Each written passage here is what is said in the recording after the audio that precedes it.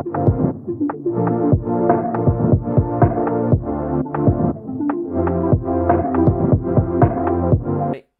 අපි හැමෝටම එහෙනම් සුබ දවසක් කියලා ප්‍රාර්ථනා කරනවා.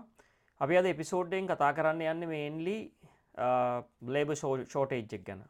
එහෙම නැත්නම් මේ ලේබර් එහෙම නැත්නම් සේවකයෝ කියන එක ලොකු ප්‍රශ්නයක් වෙලා තියෙනවා ලංකාවේ කුඩා හා මධ්‍ය පරිමාණ හෝටල් වලට.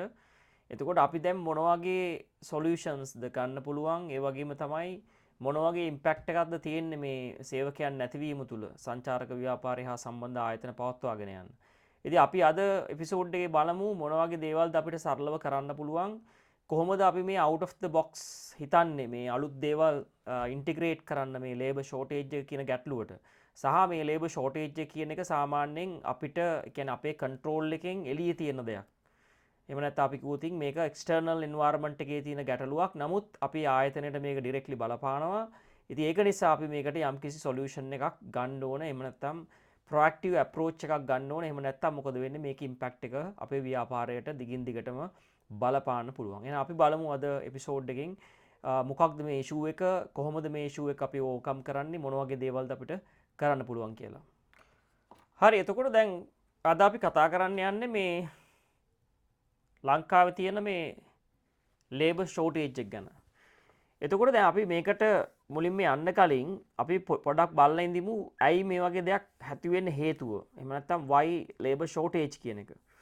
පළවෙනි එක තමයි post pandemic migration කියන එක. දැන් ඔයාලා හැමෝම දන්නවා කොවිඩ් ආවා, සංචාරක ව්‍යාපාරය හිතා ගන්න බැරි විදිහට ඉම්පැක්ට් එකක් ආවා. සුද්ධ නැති වුණා ලංකාවේ. ඒක නිසා ගොඩක් හෝටල් වල බිස්නස් නැති වුණා. ඒතර හෝටල් ශේෂ්ත්‍රය සම්බන්ධ වර්ක් කරපු අය, ඒ වගේම තමයි ස්කිල් ලේබර් කියන අය වෙන වෙන රටවල් වලට යන්න පටන් ගත්ත කොවිඩ් එකත් එකෙන් පස්සේ. මොකද ලංකාවේ ආර්ථිකයේ ගැටලුත් එක්ක ගොඩක් අය මයිග්‍රේට් කරන්න ඒ වගේ ඩිසිෂන් වලට ආවා. ඒ වගේම තමයි පිටරට රස්සාව වලට ගියා. ඉතින් ඒක තමයි පළවෙනි හේතුව. දෙක තමයි මේ සැලරි ස්ට්‍රක්චර් කියන එක. දැන් ලංකාවේ වල සැලරි ස්ට්‍රක්චර් කියන එක බැලුවොත් පොඩි හෝටල් වල බේසික් එකක් හම්බ වෙනවා. බේසික් එක টොප් අප් කරලා සර්විස් charge එකක් තියෙනවා. සර්විස් charge එක කියලා හැමතිස්සෙම වෙනස් වෙන්න පුළුවන් එකක් නේ. ෆොරිනර්ස්ලා වැඩි වෙන්න සර්විස් charge එක වැඩි වෙන්න පුළුවන්, අඩු වෙද්දී අඩු වෙන්න පුළුවන්. ඒ වගේ ඩයිනමික් එකක්. ඊළඟ තමයි මේ poor work conditions කියන එක. poor work conditions කියලා කියන්නේ දැන් ලංකාවේ ඔයාලා හෝටල් ශ්‍රේෂ්ඨය අරන් බැලුවොත් කියන්නේ මහා පරිමාණ 5 star හෝටල් වල එක ගන්නකොට සාමාන්‍යයෙන් 2 star ඒ වගේම තමයි small and medium scale කියන හෝටල් වල work environment එකේ ගැටලු තියෙනවා. සමහරක් වෙලාවට සංචාරක ව්‍යාපාරයට එන්න කැමති නැහැ. දැන් උදාහරණයක් විදිහට කාන්තාවක් වර්ක් කරන්න ගියාම සොසයිටි එකේ තියෙන ඇක්සෙප්ටන්ස් එක ඔයගේ ඉෂුස් පවා තියෙන්න පුළුවන්. ඒ වගේම තමයි ඇතුලේ තියෙන එන්වයරන්මන්ට් එක වර්ක් ෆ්‍රෙන්ඩ්ලි එන්වයරන්මන්ට් එකක් නොවෙන්න පුළුවන්. මෙන්න මේ වගේ හේතු නිසා සංචාරක ව්‍යාපාරයේ අර ලේබර් මාකට් එකේ පොසිෂන් වෙලා තියෙන්නේ ටිකක් අඩු මට්ටමක. ඉතින් අපි මේක ටිකක් කාලයක් අරගෙන කරෙක්ට් කරන්න ඕන දෙයක් තමයි. හරි අමාරුයි මේක ලේසියෙන් සාමාන්‍යයෙන් මයින්ඩ්සෙට් එකකින් අයින් කරන්න. ඊළඟ තමයි මේ lack of career growth කියන එක. දැන් අපි ගොඩක් වෙලාවට දැන් මේ ශේෂ්ඨවල career growth එකක් තියෙනවා. නමුත් වෙලා තියෙන්නේ මිනිස්සුන්ට අවබෝධයක් නැහැ මේ ශේෂ්ඨයකට ඇතුළු වෙලා කොහොමද ඉස්සරහට යන්නේ කියන එක පිළිබඳව. ඒක තමයි ප්‍රධාන ගැටලුව. මෙන්න මේ තියෙන ගැටලුව නිසා තමයි ගොඩක් වෙලාවට මේ ලේබර් ෂෝටේජ් එක අපිට ලොකුවට දැනෙන්න පටන් අරගෙන තියෙන්නේ. එහෙනම් අපි බලමු ඊළඟට මොන වගේ ඉම්පැක්ට් එකක්ද මේ සේවකයෝ අඩුවීම තුළ ආයතනයකට වෙන්න පුළුවන්. දැන් මේ කරුණු ඇත්තටම බේස් කරලා තියෙන්නේ මේ රිසර්ච් ඩේටා එහෙම නැත්නම් ගොඩක් කරපු පර්යේෂණ මත පදනම් වෙලා. දැන් පළවෙනි එක මම සඳහන් කරලා තියෙනවා difficult to maintain standards කියන එකනේ. සාමාන්‍යයෙන් අපිට හොඳ සේවකයෝ හිටියේ නැත්නම් අපිට හොඳ සර්විස් එකක් ඩිලිවර් කරගන්න බෑ. ඒ වගේම තමයි සර්විස් එකක් ඩිලිවර් කරගන්න බැරි වෙන්නේ අපිට ස්ටෑන්ඩඩ් මේන්ටේන් කරගන්න බැරි නිසා. එක්කෝ පුහුණු සේවකයෝ ඉන්න පුළුවන්. එහෙම නැත්නම් සේවකයෝ අඩු කමින් තමයි ගොඩක්ම හෝටල් සෆර් කරන්න පටන් ගන්නෙ. දෙවැනි එක තමයි මේ higher staff turnover කියන එක. එතකොට දැන් ස්ටාෆ් එක අඩුවෙන් ඔයාගේ බිස්නස් එක ඇතුලේ රන් වෙනකොට ඉන්න ස්ටාෆ් එක බර්න් අවුට් වෙන ප්‍රමාණය වැඩි. ඒ කියන්නේ යාලා ඉක්මනින්ම ටයර්ඩ් වෙනවා. ඒ වගේම තමයි ජොබ් එක එපා වීමකට ලක් වෙනවා.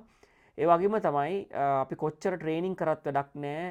සමහරක් වෙලාවට ස්ටාෆ් එක ආයතනයෙන් අයින් වෙලා යන්න පුළුවන්. මොකද ආයතනය ගැන තියෙන කලකිරීම තුල. ඒක නිසා ට්‍රේනින් කොස්ට් එකත් වැඩි වෙන්න පුළුවන් සාමාන්‍යයෙන් සාමාන්‍ය මධ්‍ය ප්‍රමාණයේ හෝටලයකට නම්. දැන් ගොඩක් පොඩි හෝටල් වල මේ ට්‍රේනින් කොස්ට් කියලා එකක් නැහැ.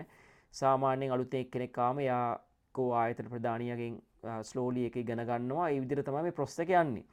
ඉතින් ඒක නිසා මෙන්න මේ දෙවනි කරුණත් මතක තියාගන්න මිනිස්සු එනවා අයින් වෙලා යනවා. ගොඩක් කාලයක් තමන්ගේ ආයතනයේ ඉන්නේ නැහැ. මේක ප්‍රධාන ගැටලුවක්. තුන්වෙනි එක තමයි මේ pressure on existing staff and burnout කියන එක මම කලින් point එකේ සඳහන් කරා වගේ මිනිස්සුන්ගේ well being එක අඩු වෙන්න පුළුවන්. දැන් අපි හෝටලේ රස්සාවට යනවා කියලා උදේම මතක් වෙනකොට දැන් හෝටලේ ඇතුලේ තියෙන මේ labor shortage එකයි එහෙම නැත්නම් මේ toxic environment එකයි මතක් වෙනකොට job එකට යන්න හිතෙන්නේ නැහැ. job එක එපා වෙනවා. ඉතින් ඒක නිසා මෙන්න මේ ගැටලු අපි ඇඩ්‍රස් කරන්න ඕන. දැන් එතන මේ බර්න්අවුට් එක කියන එක එන්න පුළුවන් ස්ටාෆ් එක අඩුවීම එකක්. ඒ වගේම තමයි අර ටොක්සික් වර්ක් එන්වයරන්මන්ට් එක. දැන් මම කලින් කිව්වා වගේ කාන්තාවකට සුහදශීලී වර්ක් එන්වයරන්මන්ට් එකක් නැති වෙන්න පුළුවන්. සමහරක් වෙලාවට හැරස්මන්ට්ස් තියෙන්න පුළුවන්. ඉතින් මේ වගේ ගැටලු නිසා ගොඩක් සේවකයින් ආයෙත් කියන්නේ රස්සාවල නිරත වෙන්න මැලිකමක් දක්වනවා. ඊළඟ එක තමයි මේ long term damage for the brand recognitions. දැන් අපි ගොඩක් දන්න දෙයක් තමයි අද ඔයාලට බිස්නස් එක කරන් යන්න බෑ තනියම. මොකද හැම බිස්නස් එකම ඉන්ටර්ලින්ක් වෙලා තියෙන. ඒ වගේම තමයි මේ social network කරා. දැන් TripAdvisor, Agoda ඒ හැම එකේම තමන්ගේ හෝටලේ ගැන රිවිව් දාන්න පුළුවන්. එතකොට හරි සර්විස් එකක් අපිට ක්‍රියාත්මක කරන්න බැරි වුණොත් මොකද වෙන්නේ? අපේ හෝටලේට එන ගෙස්ලා අපේ ආයතනය ගැන නෙගටිව් රිවියස් දෙන්න පුළුවන්. මෙන්න මේ නෙගටිව් රිවියස් කාලයක් තිස්සේ පොප් අප් වෙනකොට තමන්ගේ ආයතනයේ උඩින් ආයතනයේ තියෙන බ්‍රෑන්ඩ් රෙකග්නිෂන් එක, ඒ වගේම තමයි බ්‍රෑන්ඩ් වැලියු එක. ඒක නිසා ආයතනයක නම කියනකොට ඒ ආයතනය ගැන ඇතිවන හැඟීම, එහෙම නැත්නම් ඒ ආයතනයට තියෙන කීර්ති නාමය කියන එක වෙළඳපොළ තුල අහිමි වෙලා යන්න පුළුවන් කාලයත් සමග. ඉතින් මේව තමයි ප්‍රධානම ගැටලු මේ අඩු සේවක සංඛ්‍යාවක් එක්ක අපි ආයතනයක් දුවගෙන යනකොට. එහෙනම් අපි බලමු ඊළඟට දැන් මොන වගේ දේවල්ද අපිට කරන්න පුළුවන් කියලා. දැන් මේව තමයි ගැටලු. එහෙනම් මේ ගැටලු වලට කොහොමද අපි සොලියුෂන්ස් හොයන්න ඕන? හැම ගැටලුවකටම සොලියුෂන් එකක් හොයන්න පුළුවන්. එහෙනම් අපි බලමු ඊළඟට මොන වගේ සොලියුෂන්ස්ද අපිට ඉදිරිපත් කරන්න පුළුවන් කියලා. රයිට්. එතකොට දැන් අපි දැන් කතා කරන්න යන්නේ මේ solutions and recommendations ගැන මොන වගේ දේවල්ද අපිට කරන්න පුළුවන් කියලා. දැන් පළවෙනි point එක තමයි මේ flexible work scheduling කියන එක සහ cross training කියන එක.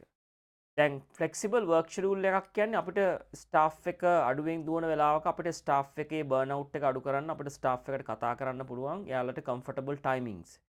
හැබැයි මතක තියාගන්න දැන් මේක ප්‍රෙෂරයිස් කරලා දාන්න යන්න එපා ස්ටාෆ් එකට. හැම වෙලාවෙම තමන් SME එක වර්ක් කරනවා නම් මැනේජර් කෙනෙක්, සුපර්වයිසර් කෙනෙක්, ආයතන ප්‍රධානියෙක් විදියට තමන්ගේ ස්ටාෆ් එකත් එක්ක ක්ලියර්ලි කමියුනිකේට් කරන්න හැම වෙලාවෙම. ඇයි අපි මේක කරන්න ඕන? ඇයි හොටෙල් එකේ බිස්නස් තියාගන්න ඕන? හොටෙල් එකේ බිස්නස් එක නැති වුණොත් අපිට මෙන්න මෙච්චර පාඩුවක් වෙනවා. ඉතින් ඒක නිසා මේ ක්ලියර් කමියුනිකේෂන් එක හැම වෙලාවෙම ස්ටාෆ් එකත් එක්ක තියාගන්න. මොකද මගේ එක්ස්පීරියන්ස් එකත් එක්ක මම දැකපු එක දෙයක් තමයි ගොඩක් ආයතන හරියට කමියුනිකේට් කරන්නේ නැහැ තමන්ගේ අවශ්‍යතාවය. තමන්ගේ විෂන් එක, මිෂන් එක ස්ටාෆ් එකට හැම වෙලෙම කමියුනිකේට් කරන්න. එතකොට තමයි ස්ටාෆ් එකට තමන්ගේ ආයතනයට වැඩ කරන්න උනන්දුවක් ඇති වෙන්නේ. ඉතින් ඒක නිසා මේ ෂෙඩියුල් වර්ක් ෂෙඩියුල් එක තමන්ට පුළුවන් බැලන්ස් කරන්න. ස්ටාෆ් එකේ බර්න් අවුට් එක අඩු කරන්න. අපි තන මෝර්නින් හැමදාම මෝර්නින් එක්කෙනෙක් වැඩ කරන්න අකමැති නම් එයාට මෝර්නින් ඊවිනින් දාන්න පුළුවන්. එහෙම නැත්නම් මෝර්නින් ඊවිනින් ස්ප්ලිට් කරලා දෙකට කඩලා දාන්න පුළුවන්. මේ වගේ දේවල් කරන්න පුළුවන්. ඒ වගේම තමයි යම්කිසි ඩිපාර්ට්මන්ට් එකක එක් පුද්ගලයෙක් බර්න් අවුට් වෙලා ඉන්නවනම් එයාට වෙන ඩිපාර්ට්මන්ට් එකකට ඔපචුනිටි එකක් දෙන්න පුළුවන් වර්ක් කරන්න ක්‍රොස් ට්‍රේනින් එකක් විදියට. ඒ වගේම තමයි ඒ ඩිපාර්ට්මන්ට් එකේ එක්කෙනෙක්ට මේ ඩිපාර්ට්මන්ට් එකට එන්න අවස්ථාවක් දෙන්න පුළුවන්. මේ වගේ ට්‍රික්ස් ඔයාලට යොදා ගන්න පුළුවන්. දෙවෙනි එක තමයි මේ incentives and recognition program එකක්. අනිවාර්යයෙන්ම තමන්ගේ ස්ටාෆ් එකට incentive and recognition program එකක් implement කරන්න. දැන් උදාහරණයක් විදිහට front office එකේ ස්ටාෆ් එක හොඳට sales කරනවා නම් F&B ස්ටාෆ් එක හොඳට වයින් විකුණනවා නම් එයාලට පොඩි incentive එකක් දෙන්න. වයින් බොටල් එකක් මොනවා හරි expensive වයින් බොටල් එකක් ප්‍රොමෝට් කරොත් එක්කෝ ඒකට පොඩි ගාණක් තමන්ගේ පඩියට එකතු කරන්න. එතකොට මිනිස්සු මේව ගැන ලොකු උනන්දුවක් ඇති වෙනවා. ඒක තමන්ට ආසාවක් රිවෝඩ් එකක්. අපි රිවෝඩ් එක කියන එක හැම වෙලෙම තියෙන්න ඕනේ. එතකොට ආයතන ප්‍රධානියෙක් විදියට තමන්ගේ ප්‍රොෆිට් එකම ෆෝකස් කරගෙන ප්‍රොෆිට් එකම කොහොම හරි මේකෙන් ගන්න try කරන්නේ නැතුව ස්ටාෆ් එකත් ගැනත් හිතන්න. ස්ටාෆ් එක හැමතිස්සෙම මොටිවේෂන් එකේ තියාගන්න. මොකද ඔයාට ස්ටාෆ් එක නැති වුණොත් ඔයාගේ කොච්චර හොඳ ප්‍රොපර්ටියක් තිබ්බත් කරන්නේ ඔයාගේ බිස්නස් එක ඔයාට රන් කරගෙන යන්න බැරි වෙනවා.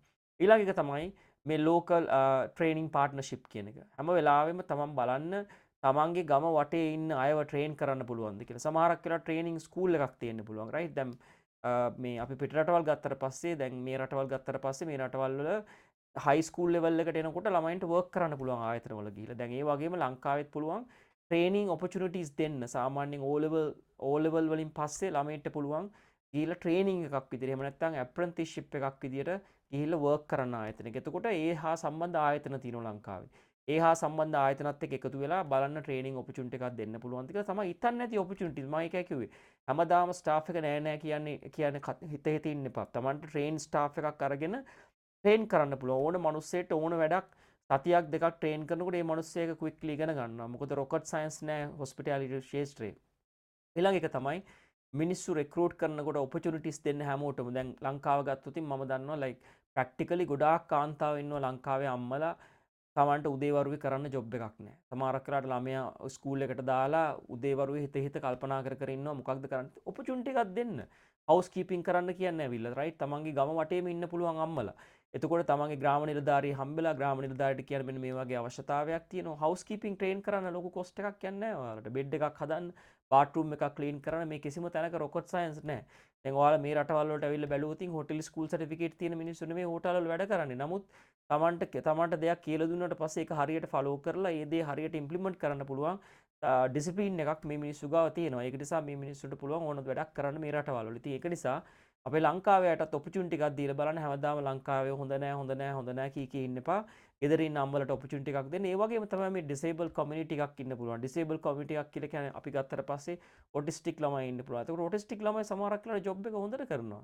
අපි මේ රටවල් වල දැකලා තියෙන ඔටිස්ටික් ළමයි හවුස් කීපින් ඩිපාර්ට්මන්ට් වල වර්ක් කරනවා. හරි මෙතෝඩිකලි තමන්ගේ වැඩේ කරනවා. ඉතින් ඒක නිසා මේ යම් කුසලතාවල අඩුපාඩු නිසා හංවඩු ගැසීම නෙමෙයි අපි කරන්න ඕනේ. එයාලට ඔපචුනිටි එකක් දෙන්න පුළුවන්. සමහරක් වෙලාවට කිචන් එකට අරගෙන කිචන් එකේ පොට් වොෂ් කරන්න. මේ වගේ ඕනම ඔපචුනිටි එකක් දෙන්න පුළුවන්. නමුත් ඔයා මේ වගේ ඔපචුනිටිස් ක්‍රියේට් කරන ගමන් ඔයා මොකද කරන්නේ? ඔයාගේ ඉකොනොමි එකටත් කන්ට්‍රිබියුට් කරනවා. ඒ වගේම තමයි ඩිසිප්ලින් හැම වෙලාවෙම තමන්ගේ ස්ටාෆ් එකට ඩිසිප්ලින් වල වැදගත්කම කියලා දෙන්න. ඉතින් ඒක නිසා මිනිස්සු කැමති දවස ගාන ඉගෙන ගන්න. ඒ වගේම තමයි මිනිස්සුන්ට ඕන දවස ගාන දියුණු වෙන්න. ඒක නිසා තමන්ගේ හෝටලේ තියෙන වටපිටාව ඇතුළත තියෙන ඔපචුනිටිස් ගැන හොඳ අවබෝධයෙන් ඉන්න මේ දේවල් ප්‍රැක්ටිකලි කරන්න ඔයාලට ජය ගන්න පුළුවන්. ඉතින් එහෙනම් අද වීඩියෝ එකෙන් ඔයාලා ඉගෙන ගත්තේ බොහොම සුළු දෙයක්. මේ ලේබර් ෂෝටේජ් එක කියන්නේ මොකක්ද? මොන වගේ දේවල්ද අපිට ලේබර් ෂෝටේජ් එකට කරන්න පුළුවන්? මොන වගේ ප්‍රැක්ටිකල් ටිප්ස්ද අපිට ලේබර් ෂෝටේජ් එකට ඉම්ප්ලිමන්ට් කරන්න පුළුවන් අපේ ආයතනය ඇතුලේ. එහෙනම් අපි ඊළඟ වීඩියෝ එකෙන් හමු වෙමු. එහෙනම් ඔයාලට මම සුබ දවසක් ප්‍රාර්ථනා කරනවා. ඒ වගේම තමයි මේ ඉගෙන ගන්න දේවල් පොඩි දෙයක් හරි තමන්ගේ ආයතනයේ ඉම්ප්ලිමන්ට් කරන්න. දවස ගානේ ආයතනය දියුණු කරගන්න try කරගන්න. අපි නැවතත් තව වීඩියෝ එකකින් හම්බ වෙමු. Thank you.